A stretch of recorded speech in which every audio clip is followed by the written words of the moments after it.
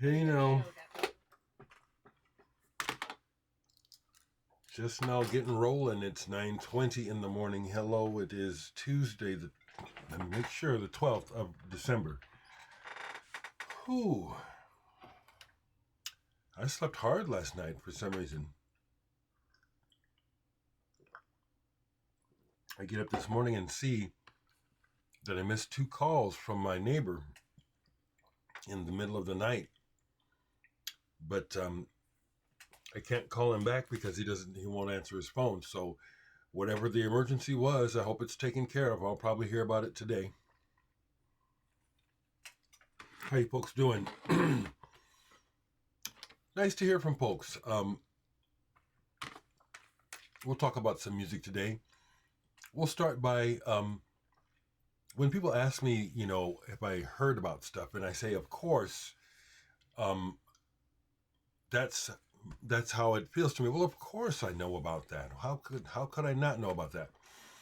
And the latest one that I wake up to this morning is someone talking about Alice Coltrane and Sonny Sharrock, and of course I don't.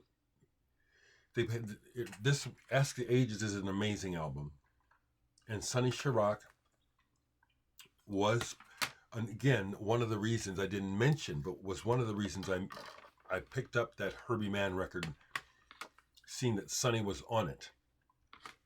This is an amazing album if you have never heard Ask the Ages. It was released on vinyl finally, but in limited numbers, so I don't have one.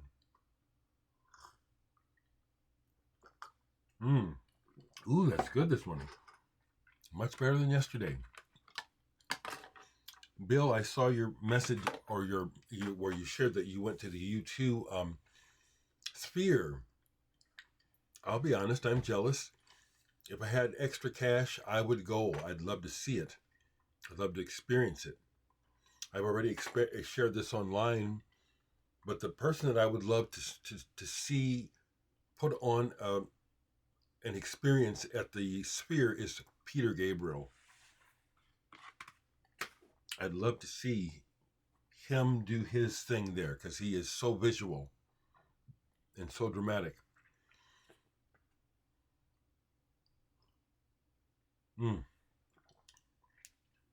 I hope my neighbor's okay. It's probably the same thing. He probably went to the ER, inflammation on his back. I hope that's all it is.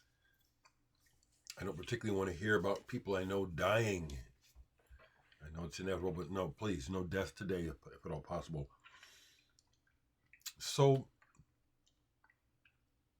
I want to mix up what I'm talking about with some records that I'll show. No new records, but I had a great day yesterday with Hank Red, and I do kind of want to. See, sometimes I should get ready before I start talking about stuff. But you guys know that I'm working with Hank Red. He was with Stevie Wonder for 13 years. Probably would have been with Stevie Wonder longer had it not been for his drug habit, which spiraled way out of control. I'm getting to know Hank really well. I'm waking up. Get your words together, Dereck. I'm feeling blessed with this new friendship and collaboration. As I told you last week, I spotted Hank's platinum album for the Stevie Wonder record. The Songs in the Key of Life is the one. I wanted to try to grab it and show it, but I'll probably not be able to find it quickly like I want to because I don't have his records in order. Here it is. Pardon me, folks. Pardon me. Okay. No, I don't prepare too well for these videos. I just get up and go.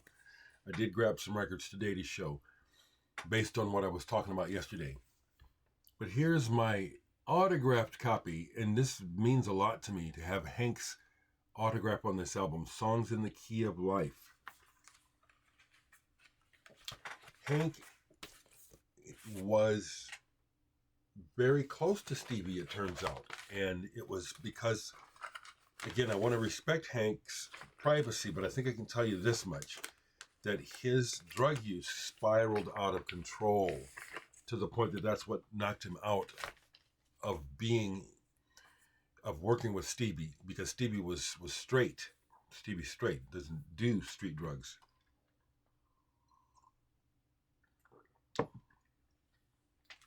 And so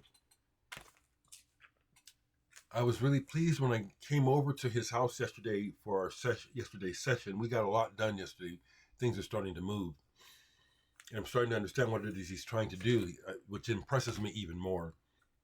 But when I get over, I noticed that he's put on display in his living room his platinum album. I said, yeah, there you go, Hank. He said, well, yeah, man. Fly your freak flag, man. Not everybody's got a damn platinum record not everybody in the band got a platinum album. Only you and Stevie got one, and maybe somebody else technically got one. You know? Then, I meant to grab them. See, I don't. Off the top of my head. I asked him about working with Dorothy Ashby. You jazz buffs, you know who Dorothy Ashby is, the black jazz harpist. Probably the first jazz harpist, if not the only. She's on here. So yesterday, while we're working, I asked him about, so I said, so Hank, I was looking on the Stevie Wonder album and I see that the legendary harpist Dorothy Ashby is on the album. Do you remember working with Dorothy? And he at first did not, his memory was of the orchestra and that these are just more players like him, more session players. But as I described her and her legacy, he did remember this black harpist, but he was able to share with me, well, not only did he do the recording session with them that she played on the album, but they performed live with him and Stevie Wonder, I think at least on one occasion. And I said, wow. And I went like this, made him get goosebumps on his arm, He said, man, you give me goosebumps. I said, Hank, I am in awe of, you are literally part of music history to me. Well, you are. I recognize it, and it's like I'm loving hearing your stories and just working with you. You're such a humble man.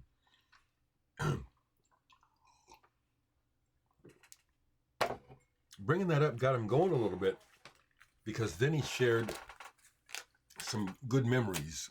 He said he's got a lot of bad memories from working in the music industry, but he said he had good times with Miles Davis, hanging out and getting into Miles Davis and Herbie Hancock in particular. He said Herbie Hancock was on the scene for over a year in Stevie Wonder's camp, and they got pretty close. He kind of messed up a little bit. Like I said, I got to be cool with what I say. Hank's had an amazing life, and I am blessed to be working with him.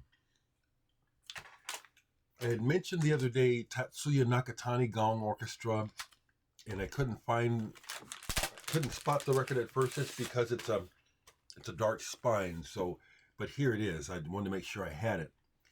Tatsuya Nakatani Gong Orchestra, and he signed it for me with his flair. He's a character. He's probably out on the road now. Number 191 out of 800. He's probably out on the road right now in his van, traveling somewhere. He loves his life, and I love that about him. And this is a beautiful gold vinyl. I thought I'd show that. Yeah, it was an honor, even though, it was an honor. It's an open thing that anyone can do, to play in the Gong Orchestra when it comes to your town. I'm honored that I got to do it, because I learned a very valuable lesson to him from him that I've used since, being in the company of great people, and feeling less than. So the other thing I thought I would do is, I mentioned that I bought that French, let me pull it here. So I mentioned that I showed yesterday where I picked up this French band, Cano. Thanks for information from the other vinyl nerds who provide me with information. Yes, you are nerds. You know you are. Thank you. So I thought I'd show, because it was not new to me. I had these records for years. Cano. Tout dans le même bateau. This one's in rough shape, but I got it. Rendezvous. The cover is water damaged. The record plays just fine. And this is the one that I got in the beginning. Eclipse. I saw it used. I love that cover. I said, there's got to be something good on this. It better be. And thankfully there was. Cercle de la Nuit is the track up here that got me. So I wanted to show that. Next to it on my shelf, it was kind of there to get stuck together, is this album that's, I don't know much about it. It was given to me by a friend who used to travel to Brazil all the time. Liz Westphalen, rest in peace. She's passed away from cancer, unfortunately. She performed and recorded with Dorival Caymmi, here in town with Chip Davis, Mannheim Steamroller. She's done other stuff. She was a great vocalist. But she gave this to me because she knew this is somehow related to, I don't want to misspeak. She knew, I know the name Jacques Morlenbaum from these people, because he's worked with Sakamoto, but apparently she's friends with these people, she's not on the album, Cantares, but this is one that I've never seen this in a store. She gave this to me. Thought I'd show that. Again, maybe I can learn more about this from you all, seeing this. Seemed like there was something to do with students and the record. She told me, I've forgotten. That was on the shelf next to the Cano. Ooh, this coffee's good, y'all. Along those lines, I thought I would show. I could have done a whole thing on my folk rock, but it's, again, I would have to investigate my own collection because I forget. I have a lot. I do have a lot, actually. But this is one that came to mind because it's French, not Canadian. Y.S. Is, Madame La Frontière. I was after this album for a while because I'd read about it, and what I read made it sound like I would really like it, and I do. This is very folk. It's not proggy. There's a little bit of that. Good musical arrangements is really what I mean by that, when there's good interplay. But this is folk rock, but very good. Madame La Frontière. The other thing that I thought I would do is, I didn't grab the CDs, but I wanted to show more of my art Zoyd. I didn't grab all the CDs. I have more on CD. So I grabbed that section, and because Dorothy Ashby's in here. So Robert Ashley, Automatic Writing. This is collectible. It's on the Lovely Music Records label. Bought it when it came out. There was either some hype, or it was something about the press about this that I read in Independent Music News that let me know this is something to grab to investigate. I haven't played this in a while, so I can't describe it to you. But Robert Ashley, some of you folks know about this composer. He's worked with Philip Glass. I was just talking about Dorothy Ashby. This is a reissue, but this is a fantastic album. Afro Harping, produced by Richard Evans. arranged by Richard Evans, who um, was again kind of a unknown musical genius. Hip Harp with Frank West. This is really good too. Dorothy Ashby. Find out if you don't know about Dorothy Ashby. And this is, I love that I have this. This is an original, and it's in beautiful shape. The fantastic jazz harp of Dorothy Ashby on Atlantic Records mono. Look at how good that's shaped this is, and it's like brand new. This is not a reissue. This is an original. This is one of the gems in the collection for my family, you know, when I'm gone. This is only going to increase in value. Look it up now. Okay. So that leads back towards my Art Zoyd records, which I want to show. I don't have all the records. I'll show what I have. But the next thing on the shelf is Aru, A-R-U, Art Zoyd, A-R-U, you know, alphabetical. Aru Dub Plate. This I got from Bob Bucko Jr. You guys know him? Interesting cat. We've performed together a few times. And this is real out there. Dub is a good term to use, but you don't hear dub like reggae dub. They're just fucking with sound on this big time. I love stuff like that. And then, so I want to grab the other one so I can. So yeah, so the next section I'm showing is Art Zoyd, and there's the one that I added to it 2 days ago, Music pour l'Odyssée. The other ones I have on vinyl are Berlin. I highly recommend this music, especially if people who like dark music, people who like industrial music, noise, people who like black metal. I think people who listen to black metal would be open to stuff like this, especially if you understand music. This is modern chamber music. It's modern classical chamber music. Les espaces inquiets, or is it inquiet? The unquiet spaces, is that what that means? I may have to dig into some of this today, because this is a whole channel of a river to get into outside of the mainstream, but I can go there deeply. This is the one I thought that the other one was, because it has a similar title. Symphonie pour les jours où brûleront les cités. Something about cities.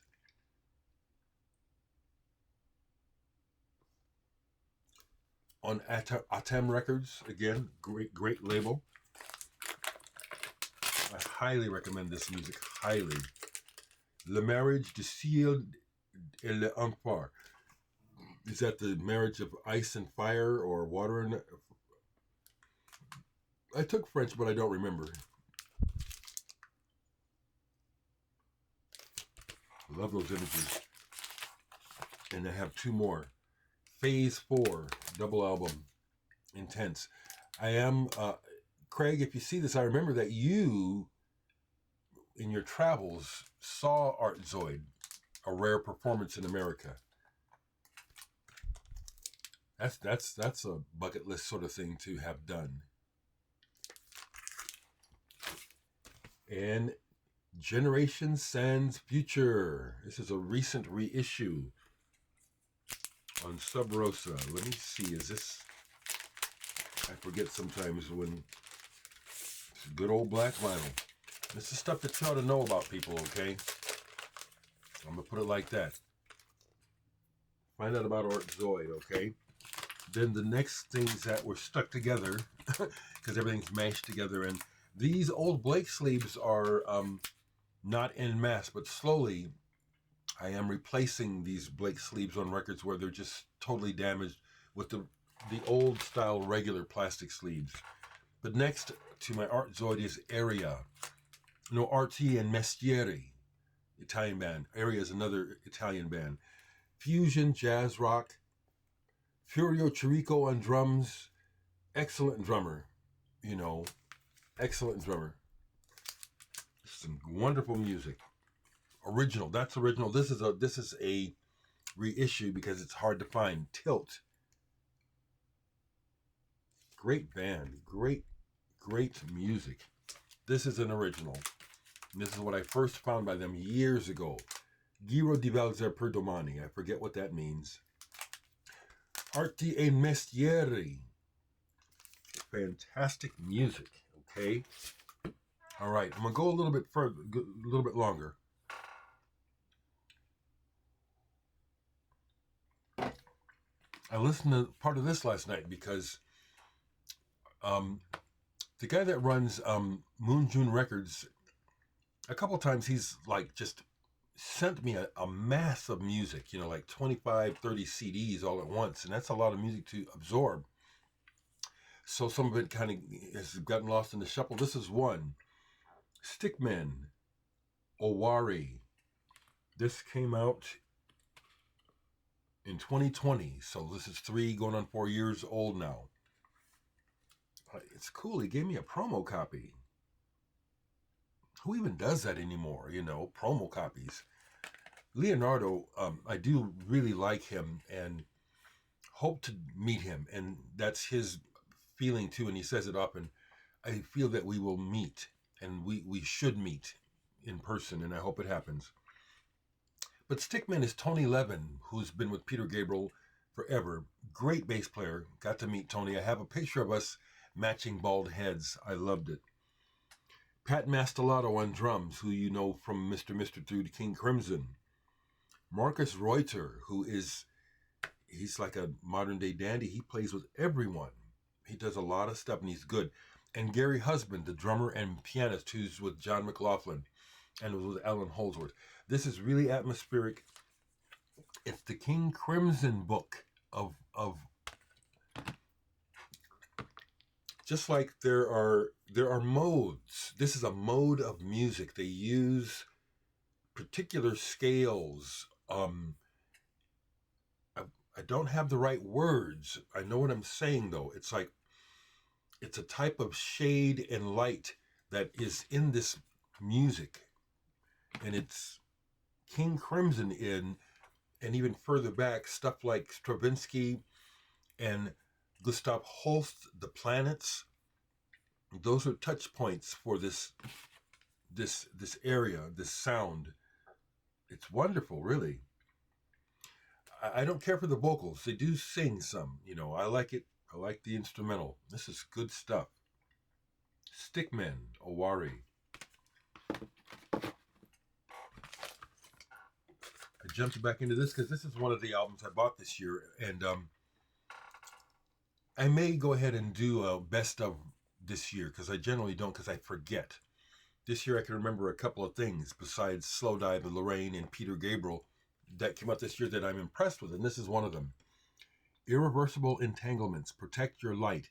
This is nothing to knock you off your socks. This is just, I think this is an important expression of partially blackness, okay? Not just blackness, but blackness is a central element of this sound and this train of expression. Moore Mother is here. I love that woman. Love her. And this is very good. Very good. Right quick, I had mentioned this, and I bought this the other day, Ford Theater. Listened to this all the way through last night. This is real good, people. This one got missed. It's just my opinion. This one got missed. This is real good. And it's a concept album, and those guys can play. I like that when people can play. Okay, last thing I'm thinking about. Y'all will help me decide.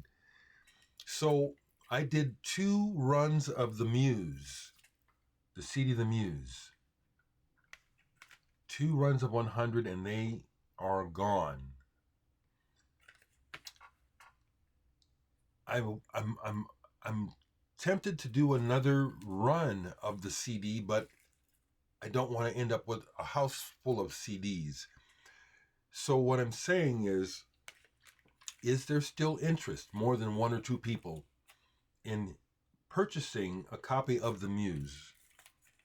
Blake didn't make it by the other day. I didn't think he would, because when I looked that morning after I made the video online, I saw that he gigged the night before. I said, no, I won't see him. And sure enough, I didn't. But I have the music, for the most part, ready to go to get started on Muse number 2 with Blake. And this time, Cubby, the guitarist, won't be with us, but James will. We were all in the band Chemicals together. What I'm asking is there, look at Cubby, that's cool how he's peeking out of the flap there. Are there enough people interested in owning this for me to get to do another run? It's not cheap. If 30 people, if 20 to 30 people want the CD, that would be getting close to me covering my costs. I'll do it if it looks like I can cover my costs. Like I said, I don't have money laying around. But if more than 3 people say that they're interested in buying the Muse on CD, I'll probably make another run, because it's about $400 for 100 of them. The other thing I wanted to share about Hank, because Hank is just a really, like I said, I'm learning a lot about him and understanding his story now as a person. It's like, whoa, okay. He helped to write the big hit for Denise Williams, Free. Then I just got to be free. Da da dun dun dun dun. That horn line. Well, the music is his. She wrote the words. That's his music. So I was asking him about that. So I said, you still get royalties from that? He said, oh yeah. I thought maybe they had dried up. Turns out that it's number 1 in Japan right now by 2 different Japanese artists. Wow, So I said, so you're working, but you don't have to work. He said, no, I ain't got to work. I want something to do, So what I'm hoping as we ramp up the recording schedule, we'll see how that affects. Maybe he'll want to be recording. He says he's got a slew of songs he wants to record. Yesterday, we did some preliminary tracks because he's bought a bunch of equipment, he barely knows how to use. He's got this brand new Juno digital keyboard now. So I'm over there yesterday helping him figure out how to use it.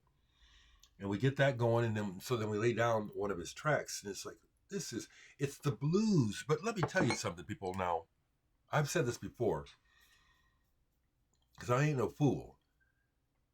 Music experienced in person is a whole different thing than hearing records. When I hear people play music live, whatever the genre is, when it is done well, when it's coming from the inside, I feel it, and I receive it, and I love it. Yesterday, Hank laid down this one track, and ultimately it's a blues, but it's beautiful. And I'm recording it, but I'm also trying to look over, and that's Ray, trying to see what he's playing, so I better answer this, okay?